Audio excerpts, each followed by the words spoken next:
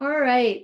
Well, we had quite a few people register. I know it's lunch hour and maybe it is a beautiful day out there and people decided to take a walk instead, but I do appreciate those that are with us today to kind of return to some of the basic core training for land use in the state of Utah. And we are having other people join us as I am starting here, but again, for those that join, just please use the chat box. And Spencer's going to be helping us monitor that. And if you could keep your microphone on mute until you have a question at the end, or if there is something that you do need to ask me, please feel free. But as you know, with large groups, sometimes the the audio gets a little interesting when lots of people are talking at once. But as I was saying, we are going to be returning to some of the core basic issues today, Land Use 101. I know, I speak on behalf of all the staff and our director, Cameron Deal at the League, that we want to thank you for all that you've been doing in the recent months. A lot of people have been pivoting in their jobs to other duties as assigned, but then there are the rest of us that have been trying to process building permits and plats and subdivisions and everything in this new normal age. And we again appreciate you tuning into this virtual webinar. Again, it is a webinar, so you will only see the panelist, which is myself. So I'm sorry, I apologize in advance that I'm the only one on the screen. But we will be having some slides to work through here. We will be using the chat box. So if you have questions, I'm going to try to pause and answer those. Spencer, our intern here, who has just graduated from the University of Utah, the master's program in planning, is assisting us this summer. And so he will be helping me today. This is one of our first webinars doing this, so we bear with us if we have some hiccups. We appreciate your patience, but we will try to march through this information, and hopefully you have a good lunch if you're if you're eating. I can't see you, so I hope you are enjoying it. With that said, Spencer, I'm just going to check in with you. Were you able to find out about the muting, or do I need to go back in and do that quickly here with the participants? No, I haven't heard anything back yet. Okay. All right. So there just isn't a universal unmute mute. It's just each individual one. So I'm a little unclear on how to do that. Okay. And then everyone hopefully is familiar with chat boxes at this point. And again, I have posted a document there. And let's see. I think we don't have any other chats in there right at the moment. Okay. So if we need to get interrupted for any other technical issues, please let me know, Spencer. Otherwise, I think I'm just going to start our presentation this morning with those that have joined us so far. And I know that others will be joining in. And for those of you, again, I had just a bunch of other people join in. Again, welcome. Please use the chat box, and I will pause if you do have a question. I think at this point, we're trying to get you all unmuted so that you can join in when you want at your mute and unmute. But I think I have half of you unmuted, but the other half aren't. So Spencer's going to work on that for us. So in the meantime, if you could just use the chat box, that would be appreciated. All right, Land Use 101, back to the basics. This is a primer today in the next 40 minutes or so on the basics of land use law in the state of Utah for planning commissioners and elected officials.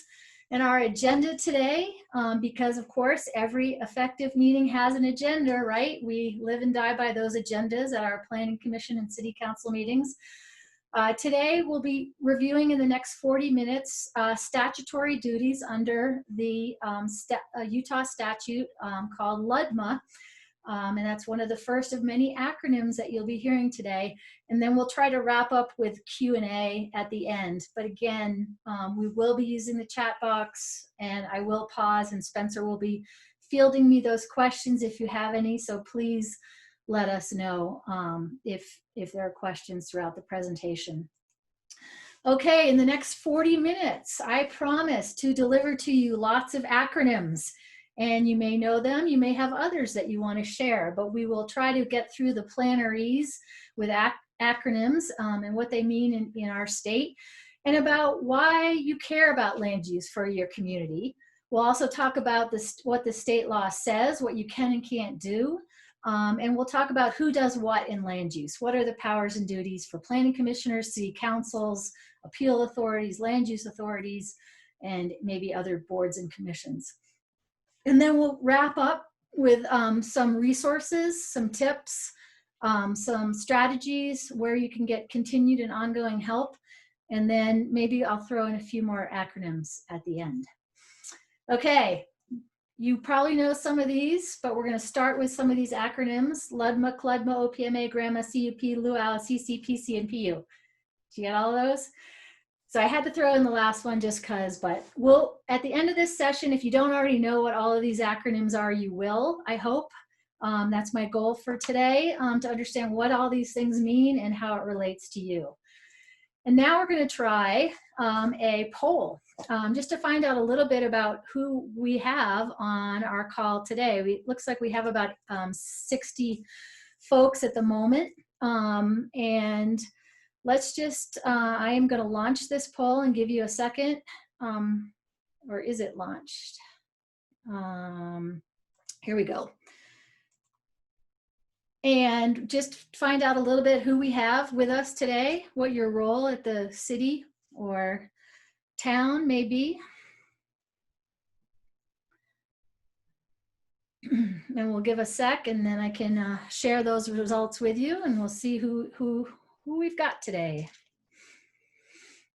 And it'll certainly change the conversation if we have lots of attorneys. We'll just turn it over to them. I think I need a laugh track, my own laugh track for this. All right, I think some results are in. And we will share the results with you. And it looks like we have a lot of staff, some planning commission members, a few mayors and council members, and a few attorneys, so I will be careful about what I say. And Spencer, you better check the chat box because the attorneys can correct us, because I am a land use planner, not an attorney, just letting you know. And then we have a couple that do it all. Those are the people I like the best. All right, so that is our first question for you. The second one we have is, how long have you served in this position? So is that coming up? Can you see that, Spencer? Nope, it's not popping up yet. Let's see. There you go. Bingo, thank you.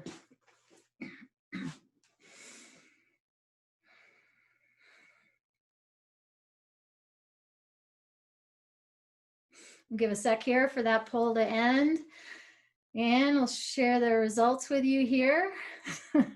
Looks like we have quite the gamut.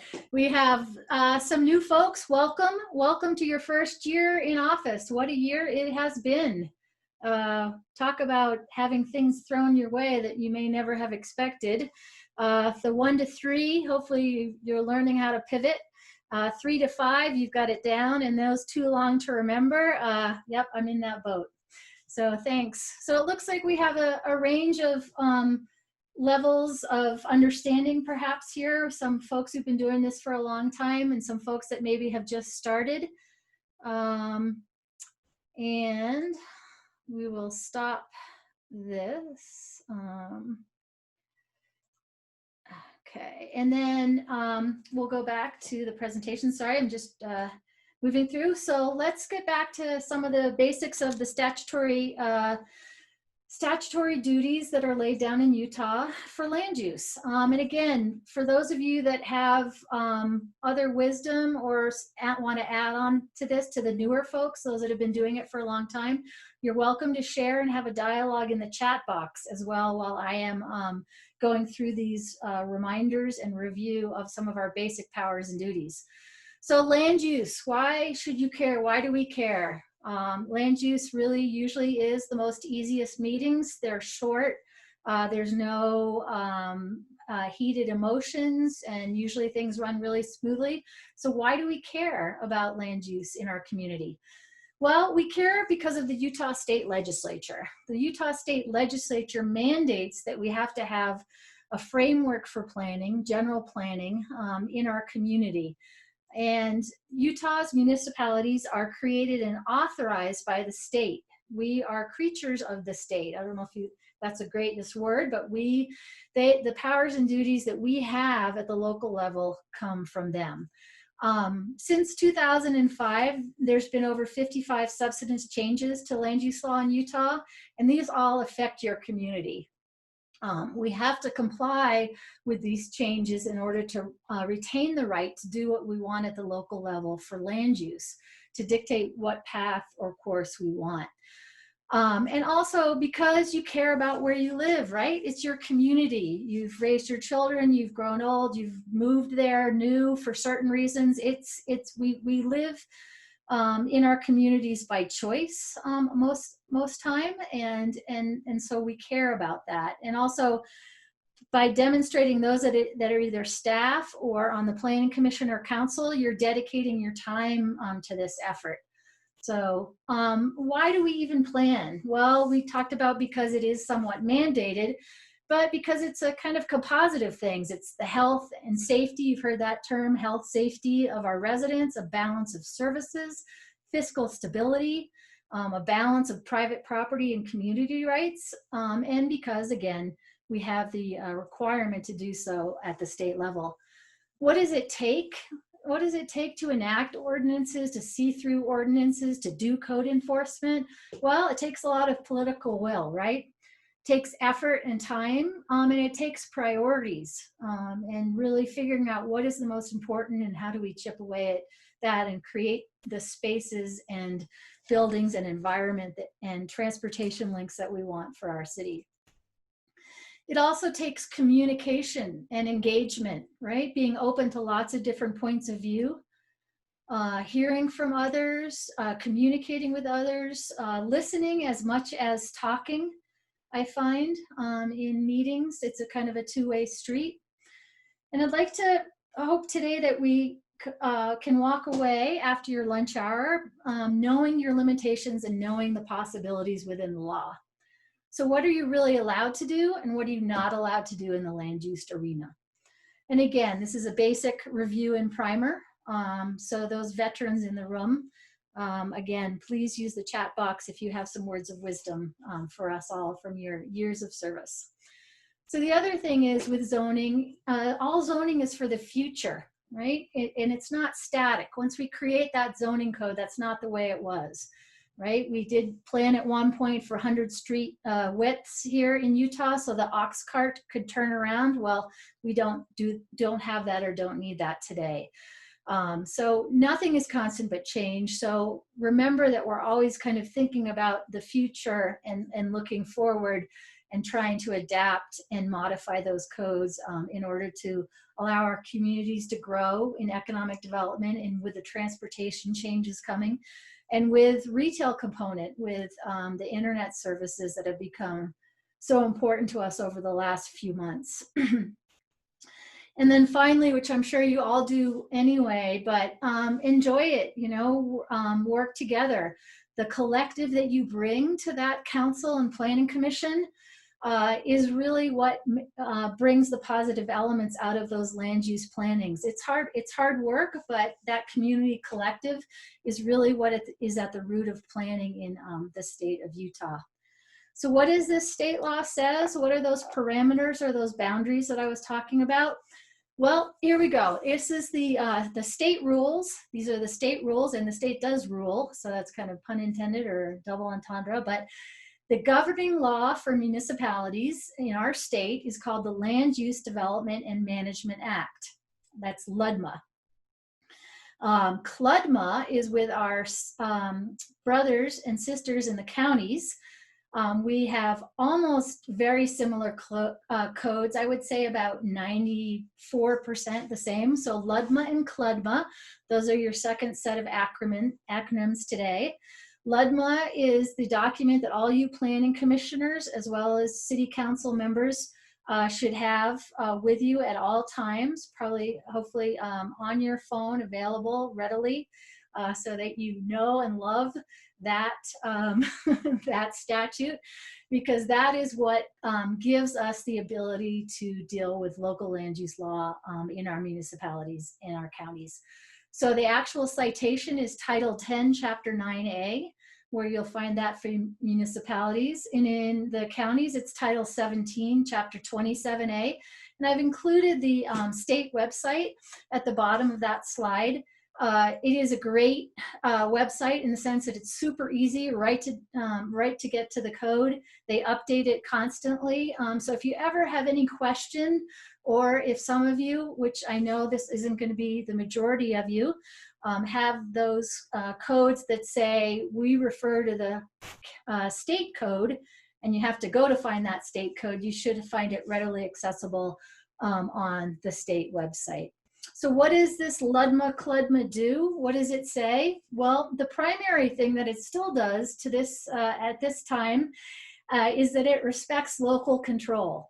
That control has sort of been chipped away over time, but it's still the basic fundamental tenet of LUDMA and CLUDMA is that we get to decide at the local level what makes sense for us. Do we want to be urban? Do we want to be rural? Do we want to be mixed use? Do we want to be one use?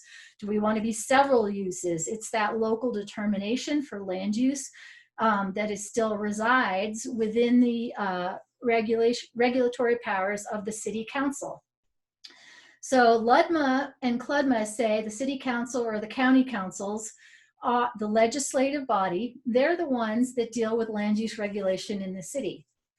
The planning commission, which is the second mandate of LUDMA, there has to be a planning commission, but it by statute is only an advisory body. So that's our first kind of peek at who does what, in the sense that the state's saying, council, you're the legislative body, you're going to figure out and delegate or decide who is going to administer the different land use regulations in your community. And then planning commission, unless the city council tells you that you have the power to approve items, really you're advisors. And we'll talk in a few minutes about exactly what those statutory rules are. Now, please keep in mind that this is the state law. And so these are the bare bones and the framework. You can add, as a city council member, legislative body, other duties and assignments for these entities, the planning commission, etc. But that is something that would be in your own code.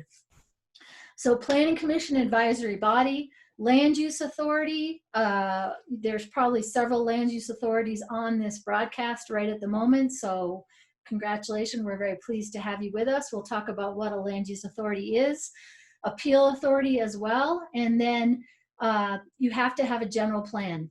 So I know this isn't super interactive, but typically here's where I'd ask, does anyone see anything missing on this list? Meg, yes. Meg, can I jump in? We have a few questions before we move forward, but one of them is, what does the letter C in CLUDMA stand for? So that's the County Land Use Development Act. Excellent. And then another question is, are townships controlled by Title 10 or Title 17? So that is a good question. So the metro townships are that's what I believe they were talking about? Yeah, I believe so. So it's under the county code is my understanding at this point, unless they've made the decision to, and I think there's discussion about incorporation or other entities, but yeah, so like Mill Creek was, and then they became their own entity. So now they're under Title 10. Thanks, Spencer. Were there more? Yeah, just the last question was, we'll be sending out a copy of this PowerPoint to the participants? We sure can do that. Yeah. And then just to remind it, earlier in the chat box, I posted a document that I would like you all to have with you at every single meeting. So that's an important document. And it is a chart of who does what. It's just a reminder, and a lot of folks find that super helpful to have. So I posted that in the chat box as well. Is that good for now, Spence? Yep. Great. Thank you very much. Thanks for jumping in there. All right. So what was missing off of this list? So we have a council, we have a planning commission, we have some people called land use authorities, we have some kind of appeal process, and we have a plan. Well, there's no zoning on this list. Zoning is not required under the state of Utah, but as we'll talk about, to have a plan and not have the zoning to implement it doesn't seem to make too much sense. So right now, I think all of our communities in the state of Utah have zoning. So let's take a leap back here for a second and talk about maybe a junior high government class, and remind you where your local land use code fits in relation to all the other statutes at the federal and state level. And so this chart just basically shows you that your land use code is at the bottom. You are informed when you create that code, and those of you that have staff are very lucky to have staff and attorneys that can help you navigate that through. Our smaller communities, just remember and be aware that you have to make sure that you understand some of the federal statutes and other state statutes that inform our own local land use code. And again, a kind of primer on government, but it relates to how we work at the local level. We have the legislative body, the city council setting the policy. We have the executive or the administrative, so that would be staff, or in our smaller communities, the clerk that does everything. And then we have the judicial, which in this case would be the appeal bodies at the administrative level. So very much like what we mirror throughout our nation. Yes. Okay, sure. Yeah, it's not Okay. right where that sign is. It's down that wild clematis lane. Okay. Sorry about that. We had a unmute button there. So this this next graphic, and the line came in there a little too fast, so I apologize, but hopefully you can all see it at your leisure. But this graphic is really the source of your authority, and very important for the one statute that I don't know how many of you folks have been at a planning commission meeting or in a grocery store and talking to a resident, and someone says, where do you get the right to tell me that I cannot put a structure in the back of my my lot? Where do you get the right to tell me that my fence can only be X amount of feet high? Well, this is your source of authority, and this is 10.9a. So in CLUDMA, the county, it would be 17, Title 17. But this is the general land use authority that the state is granting to the locality. And this is what I talked about before about respecting local control. So this is quite an important 2 paragraphs. And I just want to take a second to read you this area in blue because it is pretty incredible broad authority if you think about it. But it says, to accomplish the purposes of this chapter, municipalities may enact all ordinances, resolution, and rules, and may enter into other forms of land use controls and development agreements that they consider necessary or appropriate for the use and development of land within the municipality. So that's that local control. That's that broad source of authority. That is that local destiny, shall we say, to decide if we're urban, rural, small, big, large, a mix. And it's an incredible source of authority. The state, on the other hand, is saying we have a framework that we want you to enact these regulations in. We're going to have noticing. We're going to have due process. We're going to have public hearings and input and process. So please abide by all of those so that we can retain this local authority. This one sentence goes on to talk about all those areas we can regulate. And then at the end it says, but remember, unless you can only do this unless we tell you you can't. So it's that, again, the state does rule. And so we need to sort of remember that. And my request to you is to adhere to these processes and procedures so that we can retain this right to direct our own local land use at the local level. So the reason why I put this cross through the slide is for another reason that I would hope to leave you with today, and we'll talk about in a second, is when you write codes, the objective should be to have plain language, which is now actually in the statute saying we should have plain language, but it should be clear.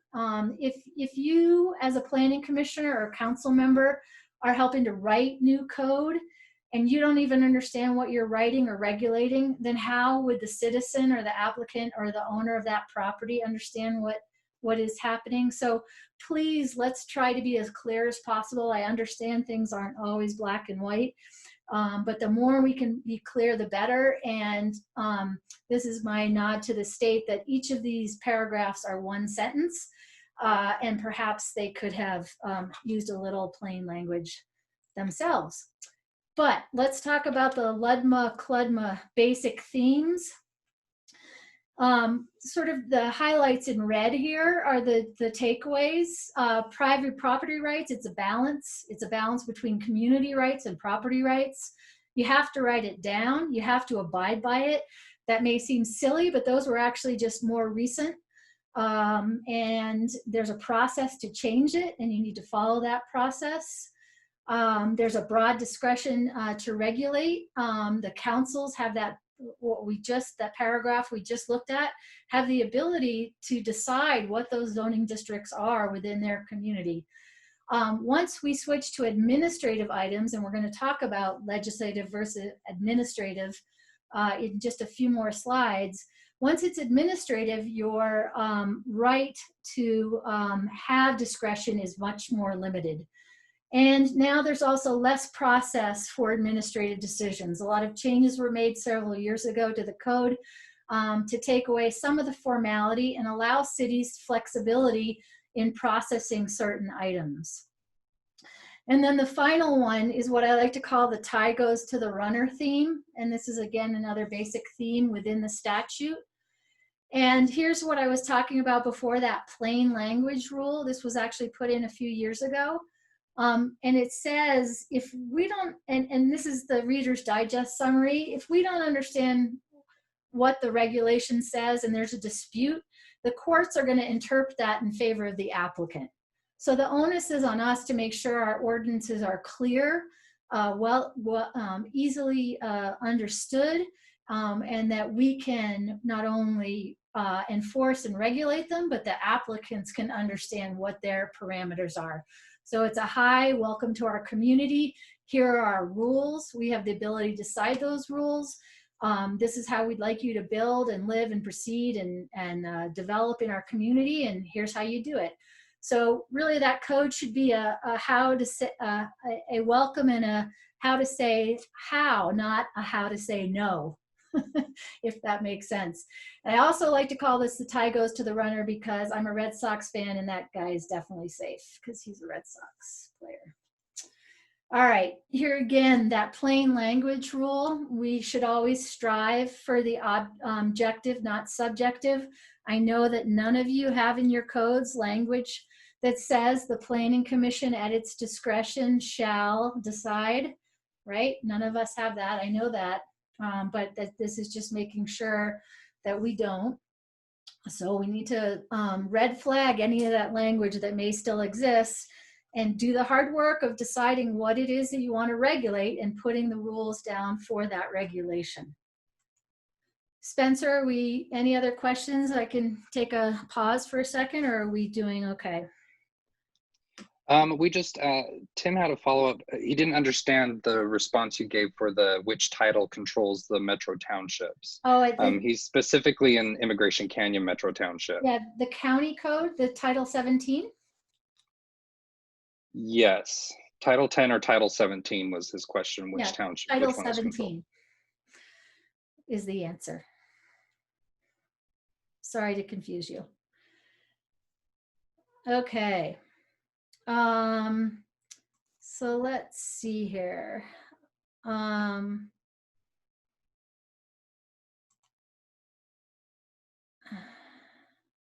Okay.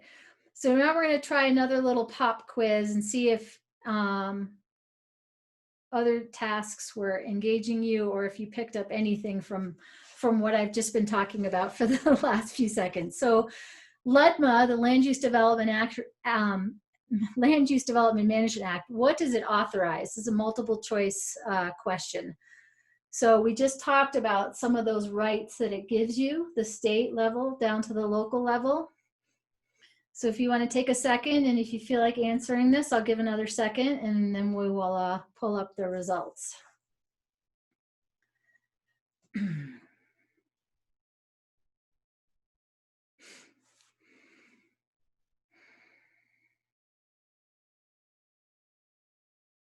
All right. I appreciate it. You guys were, you're either super smart and this is way below your level, but we have the results here.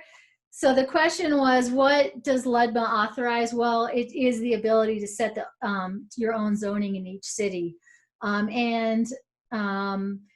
We also had here the right to create own powers and laws for the city council. Not necessarily true. The city can set the ordinances they want to regulate, but the powers and duties are directed down from the state. And then my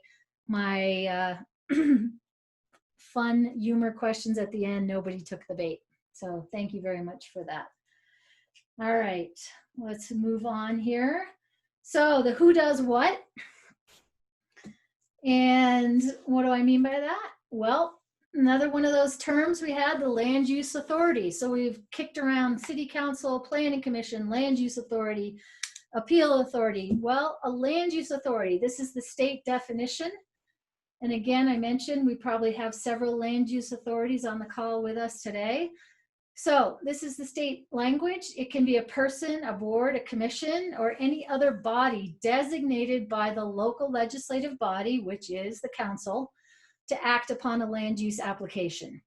So this is where it can be different in each municipality. So the statute is the same, saying, hey, you guys at the local level, you city council members, you figure out who does what.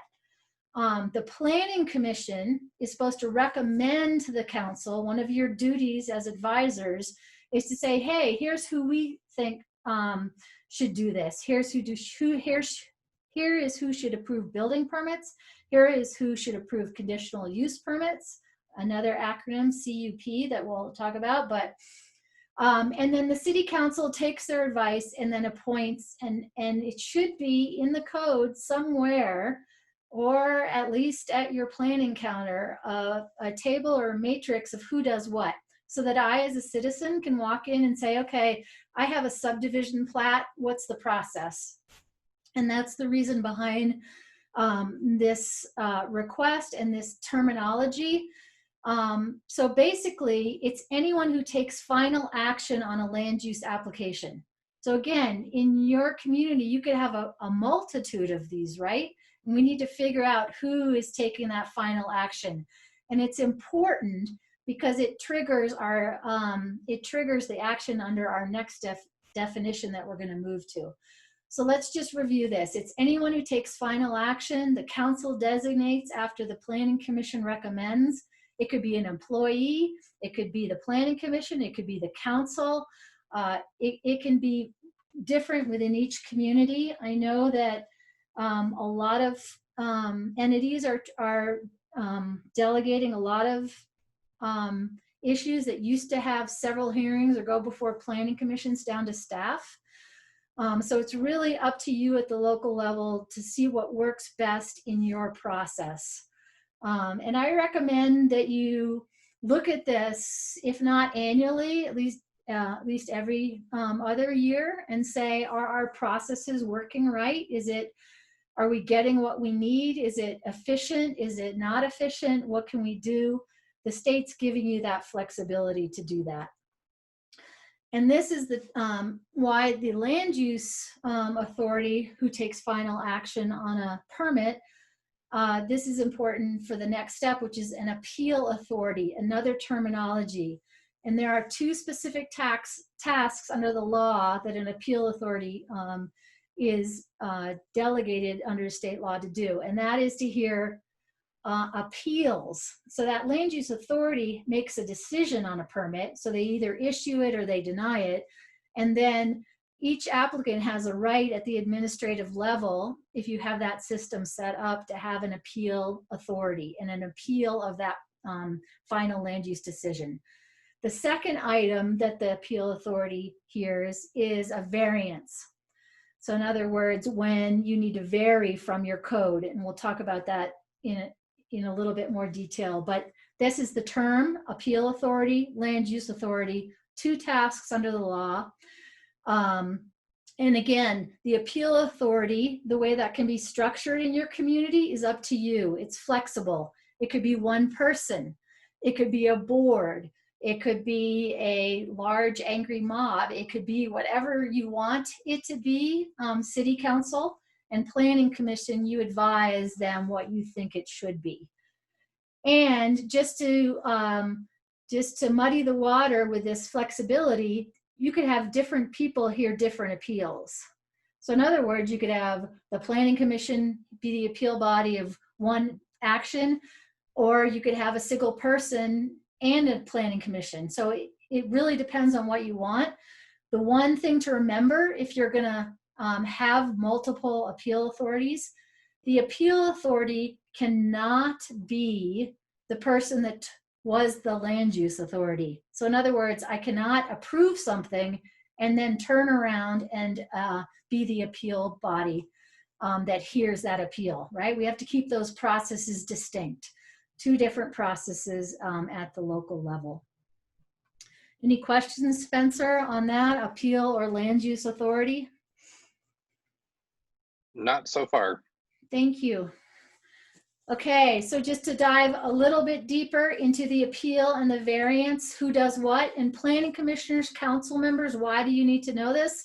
Well, because you're the one, planning commissioners, advising to the council. Council, you're going to be making the final decision on who hears these, what body hears these. So the appeal, again, is the applicant having the right to appeal the decision made by the city or town. And the applicant has the burden of proving that the city or the town made a mistake. They're supposed to be impartial decision makers, okay? And a variance is when you have your zoning code that you've set down and you've said, here's what we're gonna do in our community. A variance is the ability to vary from those rules in your code. So on the one hand, when the state says, when we looked at that big paragraph with the red X through it, and it said you can set a zoning ordinance for pretty much whatever you decide at the local level, the variance then is very narrow, whereas setting the zoning is very broad. When you vary from your code, the state is going to say, we are going to give you 5 criteria. It's going to be very narrow parameters, and you have to meet all 5 criteria. And we have on the Land Use Academy of Utah website two little primer books written for planning commissioners that explain the difference between the appeal and variance. So I can refer you to that if you'd like to learn more about those concepts. But this is a brief summary of what the appeal authority does. And again, city council, you're ultimately required to set the board or person or entity that deals with these issues. Let me state that there is no public hearing required under state law for either of these, and hopefully you can see why. An appeal is between the appellant and the city.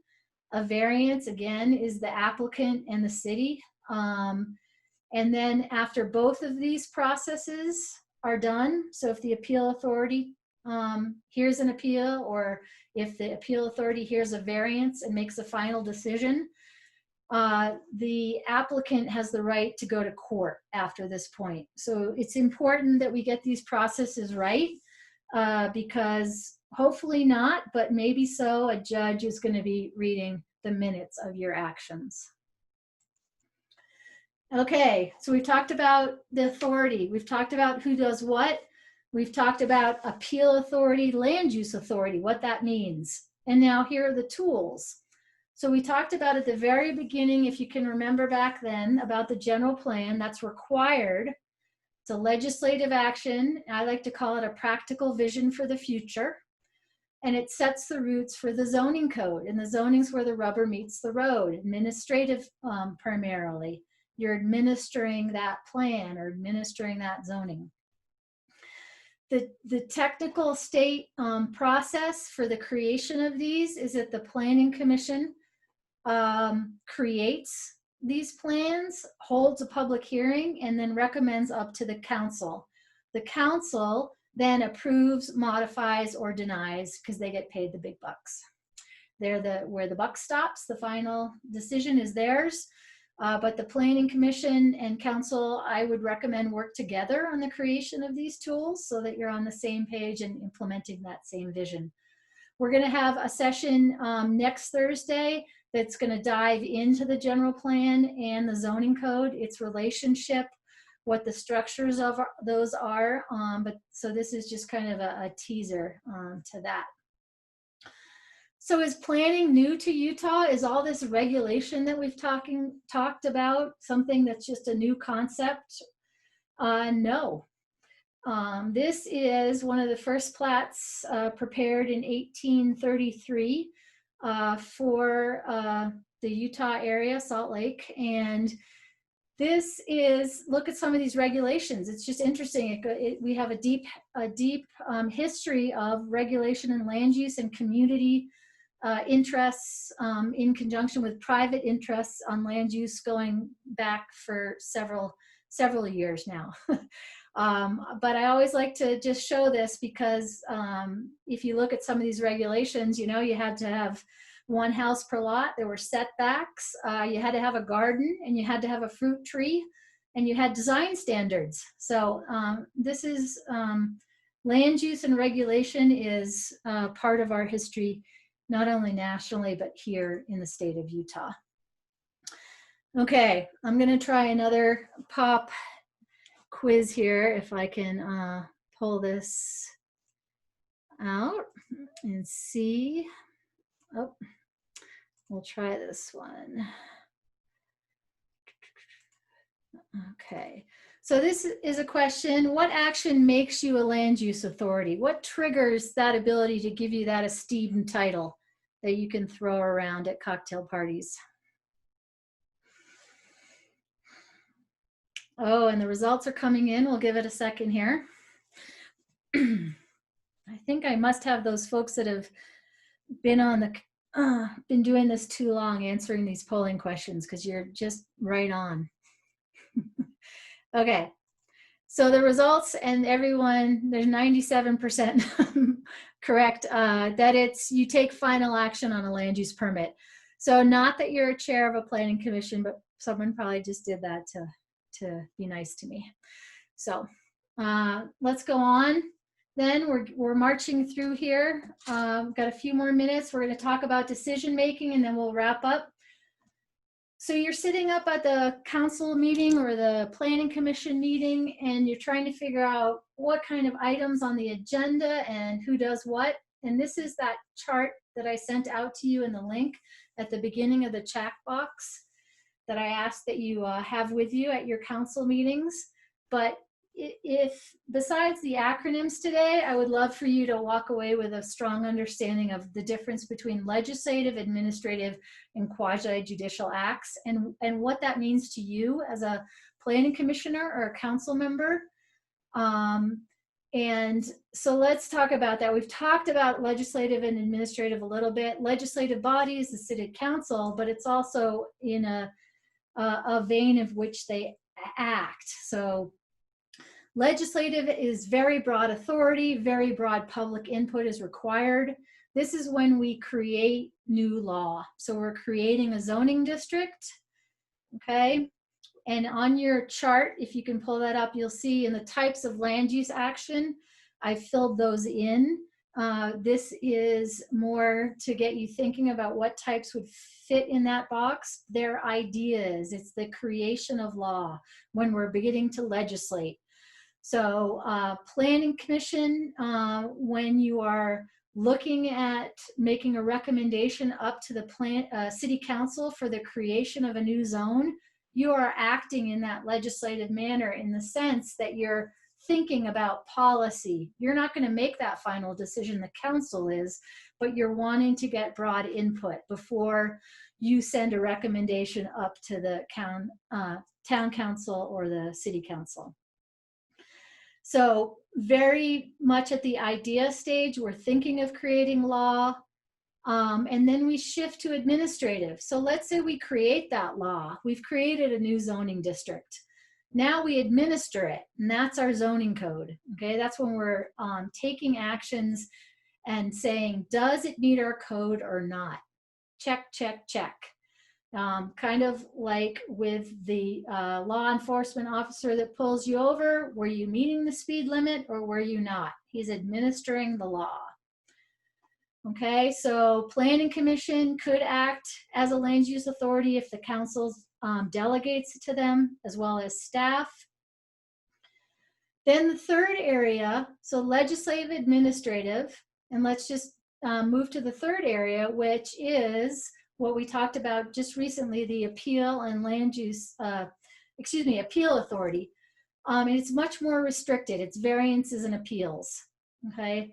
So you may, as a council member, act as the appeal body. We don't often recommend that because it really should be a separate independent body, and sometimes politics get in the way with having council members do that. But these are the three areas that you may move in and out from on an agenda. So what do I mean by that? So you have your agenda up, and the first item you have is the rezone of a parcel to a pink zone, and you're only going to allow pink houses in that zone. You're in the legislative mode. You want input. You're required to have a hearing. You're required to hear if people love or hate it. You close that hearing within the meeting and you move on to the next item, which is the approval of a subdivision plat. Do you want to hear if people love or hate it? Are you holding a public hearing? You're not required to under state law. You should be seeing, does that plat meet our code? Check, check, check, yes or no. And then in some cases, you could have the appeal of a building permit. As a council member, you might have that on your agenda and you would hear that appeal. So very different areas of the law, and we ask you to think about that because the input that you're getting from the community and the way that you're looking at the issue varies. So legislative, administrative, and quasi-judicial. Spencer, any questions on that at this point? No, it doesn't look like it. Okay, excellent. So you all should have that chart, if that helps. And then where do I have most authority as a planning commissioner, council member, and where do I have the least? So let's take this from the legislative standpoint, the council members. So when you're creating the law, you have the most flexibility, the most right to say no, this doesn't work for our community. You can say no. The applicant in this arena has the least to rely on. He may or may not get that rezone. He may or may not get that annexation. He may or may not get that development agreement. We shift when we move to the administrative. Okay, I have a expectation and I have something to rely on here as a developer or an applicant when I come in, submit my building permit, and I meet your code. I have a right to rely that I should be able to get that permit if I meet the conditions of your code. Where we go to the least amount of reliability on the legislative body is here, and where it's very certain on the end of the applicant because they're either going to get the variance or they aren't, or they're going to get the appeal or they aren't. So remember, in this area, the legislative area is where you have the most ability to say, no, this doesn't meet our community or our goals or our code, but you do not have that discretion as you move forward. We are going to talk a second about, actually, I'm going to go back and go to the vesting, because I think that's probably worth talking about for a second. So I apologize. I'm going to go back to this. So you may have heard, oh, I have a right, I'm vested. What does this mean? What does it mean in relation to the state code? What does it mean in relation to an application? What does it mean when I'm reviewing an application as a planning commissioner or a council member? So for staff, this is more critical to make sure that you understand this and have it cleared with your council members and planning commissioners. This is the state law on vesting, and what it means is when I, as an applicant, have a right to proceed under your code at a certain point in the process. And that point in the process is when an application, so I come in with my application for a subdivision, and I have submitted a complete application. So a land use approval is considered, submitted and complete when the application is provided in a form that complies with the requirements of all applicable ordinances, and I've paid the fees. So that's a complete application. So I have your application form, I've paid my fee. There needs to be a trigger on your end of what is deemed a complete application. And why this is important at the city level, on the staff level, is once that's considered complete, so whether you notify them, whether you have a form, whether you have some kind of a process, once it's considered complete, then the applicant, has a right to go through your review process under the code at the date and time that application was complete. Why is this important? Well, we often amend our codes, we change our codes, and this gives me, the applicant, the right to know that if I submit my application on June 3rd, I have all the fees, and the city sends me back a letter and says, we have a complete application. I know that the code as of June 3rd is the code that I can rely on. So if you're changing or amending the code, then I don't have to worry about that, in the sense that I am vested under that code at that date. So that complete application is an important trigger.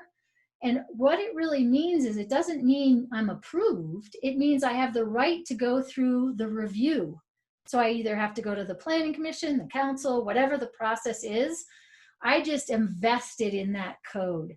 And so here's the actual citation, Title 10, 9A, Part 5, Section 509.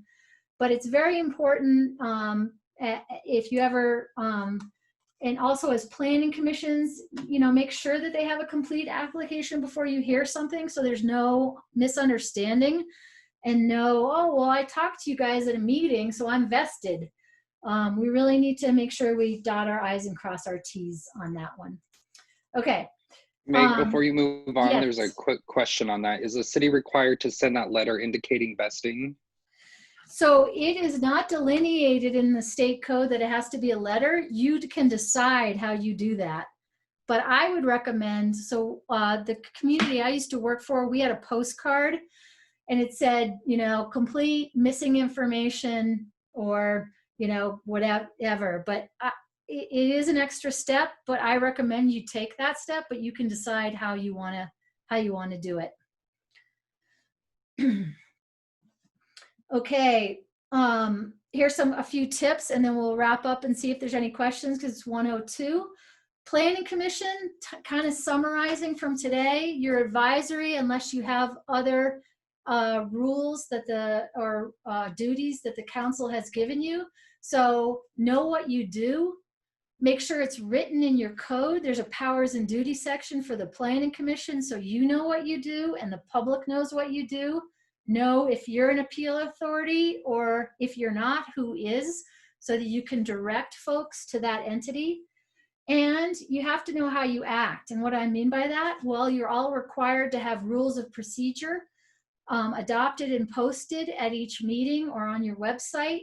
And you also have to abide by the Open and Public Meetings Act. Here's some more acronyms for you: OPMA, GRAMA, the Government Records Management Act, and the Ethics Act. And on June 25th, we will be talking about all of these at our final lunch series. We'll talk about what those rules and procedures are and what you need to know with them. So planning commission, you have to do the general plan and then send it up to the council. You have to deal with land use, transportation, and housing in your general plans. Towns are exempt from that.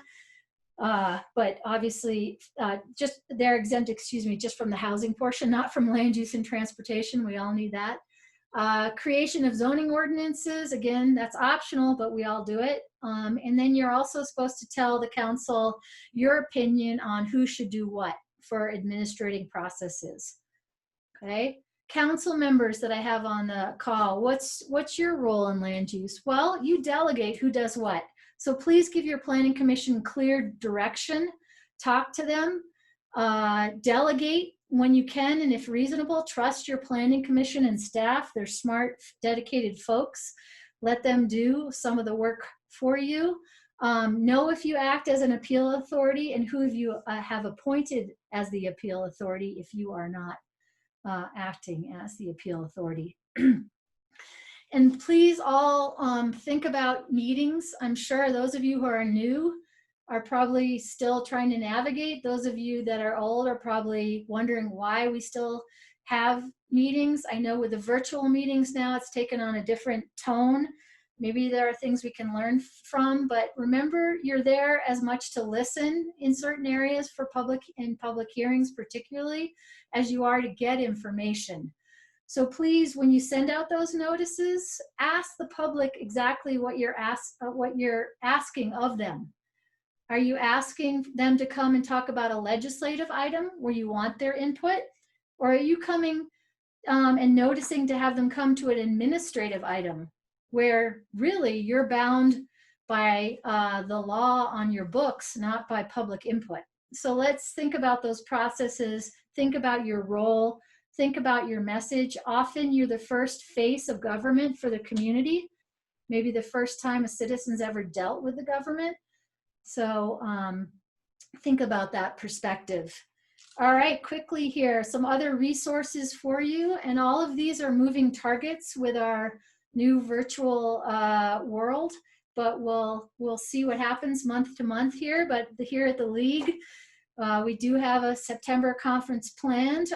We're not quite sure if it's going to be in person, a hybrid in person, and some virtual, or all virtual, but we're working on that. And we have our Luau website, which has resources on it as well. UAC also is doing a lot of webinars and conferences, and they have attorney resources for county members. The Office of the Property Rights Ombudsman, will also do training for you or consult with you on issues if you have questions. The Utah chapter of the American Planning Association also has conferences, and we work with them closely. We're going to be doing a webinar on the 18th in conjunction with them on reinvigorating public spaces to kickstart the economy. And then we finally have the Utah Land Use Institute, which also typically has a fall conference. But again, like I said, these are moving targets. Okay, so this is what we just went through and you learned. So hopefully you all have the processes and procedures down from the state. Again, this is a joke. This was a PowerPoint slide that a general had in his command, and he banned all PowerPoints after this slide was presented to him.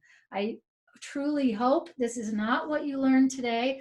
I hope that you have some takeaways. Thank you, veterans, for sitting in on the call. And again, acronyms, hopefully we know what a land use authority, appeal authority, CLUDMA, LUDMA, OPMA, GRAMA. You know that the state law gives us a lot of authority, but it also has a framework. Hopefully you know who does what Planning Commission versus Council, and where you can get some more help, certainly from us. We will be doing another session, as I mentioned, on the 11th on planning, general plans and zoning. And on the 18th, in conjunction with the APA and other city entities, we'll be doing that public spaces, reimagining public spaces. And on the 25th, we'll be doing a wrap up of any action at the special session that occurred, as well as the Open and Public Meetings Act, GRAMA, and ethics. So Spencer, I'll see if now we have a few minutes. If anyone, I don't know if we figured the unmute thing, and I apologize for that, but if anyone would like to make any comments or say anything, I will finally be quiet.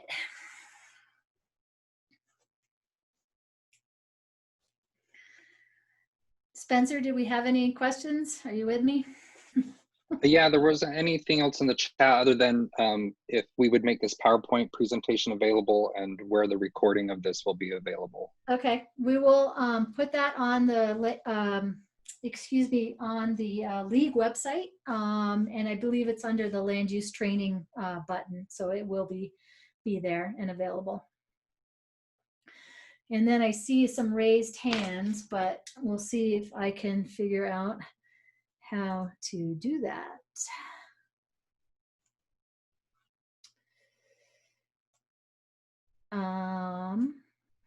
Here we go, Kathleen. I think you can unmute yourself. I did. Yeah, okay. Thank you. My only question was, where can I find the presentation? Okay, yep, we will post it on the ulct.org website and have that available for you. Thank you. Thank you all. On the appeal authority, while there's no public hearing, it still needs to be a properly noticed public meeting. Well, it depends on what type of, if you have one person is not subject to OPMA, but most cities that use one person abide by those standards. But if you have more than one person, then yes, you need to follow the noticing procedures. Does that help? Thank you. Great. Well, thank you all. Enjoy the rest of your day and please stay safe. And we appreciate from the league what you all do for your communities very much. Thank you.